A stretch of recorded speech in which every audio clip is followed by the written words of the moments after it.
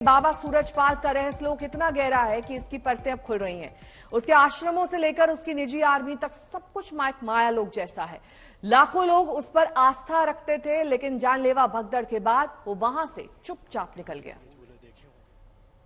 देखिए, जायदाद जोरदार, बहुत पैसा है, कोई कमी ही नहीं उसमें। सुरक्षा का ऐसा तामझाम, इतने सुरक्षाकर्मी, इतनी अपनी पर्सनल आर्मी, आगे कमांडोज, पीछे कमांडोज। हादसे के बाद की तस्वीरें हैं कि कुछ इस तरह से वो निकला।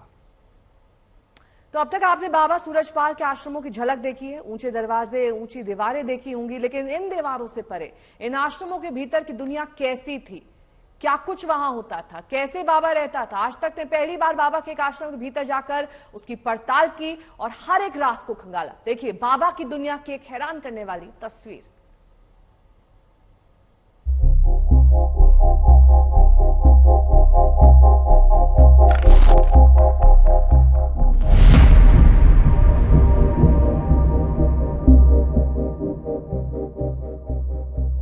कैमरे पर पहली बार बाबा के राज, बाबा सूरजपाल के आश्रम में आज तक। कैमरे पर आश्रम का हर राज बेपर्दा। कानपुर में यह आश्रम है या रिसोर्ट, होटल जैसे आलीशान लॉन, महल से कम नहीं बाबा का आश्रम। यह शानो शौकत और नाम के बाबा। आज तक पर आज हम बाबा सूरजपाल जाटव उर्फ भोले बाबा उर्फ नारायण साकार हरि का हर राज बताएंगे। अब तक आपने सूरजपाल के आश्रमों की बाहर से झलक देखी होगी, लेकिन आज तक वो पहला चैनल है जो आपको बाबा सूरजपाल के आश्रम के भीतर कोना कोना दिखाएगा। वो शानो शौकत दिखाएगा जो आश्रम के नाम पर जुटाई गई थी। आज तक संवाददाता समर्थ बाबा के कानपुर आश्रम के भीतर गए और हर वो राज खंगाला जो पर्दे के भीतर है। पहले आश्रम के बाहर का नजारा देखिए। किसी किले की तरह यह आश्रम दिखता है, बाबा के दूसरे आश्रमों की तरह। और कई फुट ऊंची मजबूत दीवार के भीतर कैंपस में हम पहुंचे। देखिए आश्रम के भीतर का नजारा। करीने से सजाए गए भव्य हरे भरे लॉन, फर्श चमकता ऐसा कि आप अपना चेहरा देख लें। आज तक इंडिया टुडे पहला चैनल है जो इस वक्त बाबा के आश्रम के अंदर से रिपोर्ट कर रहा है, और आपको एक तस्वीर हम यहाँ से दिखाएंगे कि कितना साम्राज्य और कितना आलिशान ये पूरा साम्राज्य है बाबा का। आप देखें अगर यहाँ पर तो काफी भव्य रूप बनाया गया है। ये अंदर का पोर्शन है, हमने आपको बाहर का हिस्सा दिखाया, आपको हम अंदर का हिस्सा दिखा रहे हैं कि किस तरह से इस पूरे आश्रम को बनाया गया है। आप देखिए यहाँ पर कि इस तरह के यहाँ पर गेट्स लगे हुए हैं। उन टोम्स को देखिए जो गुम्बद लगे हुए हैं, कितने आलिशान गुम्बद हैं। एक तरह से जो सोने का रूप है, वो सोने का रूप इन गुंबदों को दिया गया है। जिस ओर मैं इस वक्त चल रहा हूँ, एक और मेरे आप देखें, कैमरामैन संदीप से कहूंगा मुझे दिखाएं, और एक तरफ दिखाएं यहाँ पर फसलें, अलग अलग प्रजातियों की फसलें हैं, और एक तरफ है ये गार्डन। आप देखिए कितना वेल मेंटेन्ड ये गार्डन है। घास आप देखिए ऊपर नीचे भी यहाँ पर नहीं है, और यहाँ पर आप देखिए पाइप्स डले हुए हैं। प्रॉपर व्यवस्था जो होती है, कहीं आप अगर होटल में जाते हैं, या शायद रिजॉर्ट सही शब्द होगा, ये आश्रम कम, लेकिन जितना पोर्शन अभी तक हमने देखा है वो एक रिजॉर्ट की फीलिंग जरूर दे रहा है। पीछे लगे ये जाल जहां पे अभेद्य सुरक्षा है बाबा के आश्रम की, कोई इस सुरक्षा को पार नहीं कर सकता है, और इस तरह से अभेद्य तरीके से यहाँ पर इस जाल को लगाया गया है। ये तो आपने बाहर का नजारा देखा, अब हम आपको आश्रम के भीतर ले चलते हैं। गेट के भीतर फूलों की ताजा लड़ियां करीने से लगी है।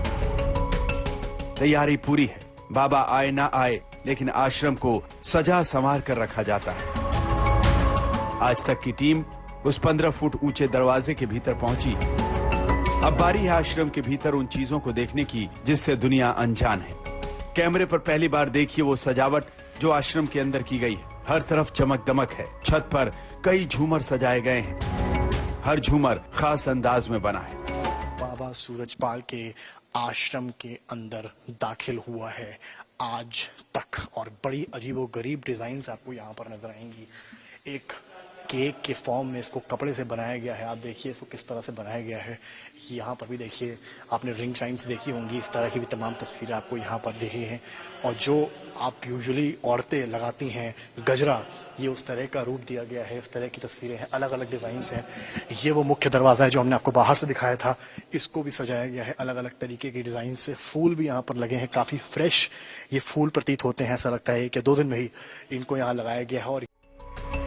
और अब हम आपको लेकर चलेंगे उस भव्य सिंहासन की तरफ जहां बाबा बैठता था। देखिए उस जगह को कैसे सजा संवार कर रखा गया है। पीछे भव्य तस्वीर लगी है, स्टील के चमकते पाइप से पूरी जगह को घेरा गया है।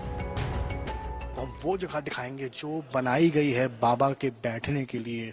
वो तस्वीर आपको पहली बार हम टीवी स्क्रीन पर दिखाने जा रहे हैं। और वो तस्वीर आप यहाँ पर देखेंगे कि बाबा को बनाने के लिए बाबा और गुरु माँ यहाँ मौजूद हैं, विराजमान हैं। और आप सामने देखें, लिखा भी हुआ है कि ब्रह्मांड में सदा सदा के लिए जय हो, जय जयकारा हो। और यहाँ पर सफेद रंग का सोफा आप देखेंगे, किनारों किनारे फूल हैं। ऐसा लगता है मानो किसी राजा का सिंहासन हो, उस तरह से इसको सजाया गया है। और इधर अगर आपकी नजर जाए तो यहाँ आपको एक झूला भी नजर आएगा। जिस तरह से आपने कान्हा के लिए झूले देखे होंगे, यहाँ भक्ति इस कदर है कि बाबा सूरजपाल के लिए भी झूले बना दिए गए हैं, सिंहासन बना दिए गए हैं और पूरा राजकाज स्थापित कर दिया गया है। किसी भी हद से नहीं कहा जा सकता कि ये एक आश्रम है। और अब हम आश्रम के भीतर के राज को खंगालते खंगालते उस कमरे तक भी पहुंचे जहां बाबा रुकता था। फिलहाल इस कमरे पर ताला लगा है। आश्रम के सेवादारों ने बताया कि बाबा यहां आता था, इसी कमरे में रहता था। यह आश्रम पूरी तरह होटल, रिसोर्ट या किले की तरह बनाया गया है। और कहने को हर आश्रम की तरह कोई ट्रस्ट इस आश्रम को चलाता है। जाहिर है बाबा नाम दूसरों का आगे रखता था, लेकिन इसकी आड़ में इसी तरह के किलेनुमा आश्रम खुद के लिए बनवाता था। कानपुर से समर श्रीवास्तव के साथ आज तक ब्यूरो।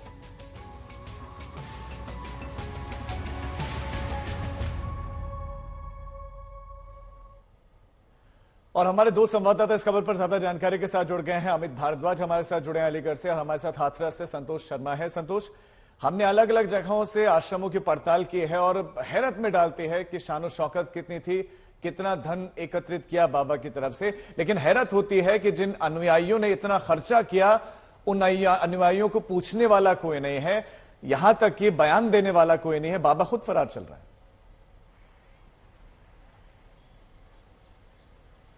देखिए, बिल्कुल ये अपने आप में अचंभित करता है कि कोई आदमी किसी का इतना बड़ा अंधभक्त कैसे हो सकता है कि जिस बाबा के सत्संग में 123 लोगों की जान गई, वो भक्त अभी भी कह रहे हैं। कई ऐसे भक्त मिले जो कह रहे हैं कि नहीं, उनकी तो आ गई थी, यानी मृत्यु उनकी आ गई थी, बाबा जी क्या कर सकते हैं। तो ये अपने आप में एक बड़ा चौंकाने वाला, और हम भी हैरत में थे, अचरज में थे कि किस तरीके से लोग बाबा को मान रहे थे।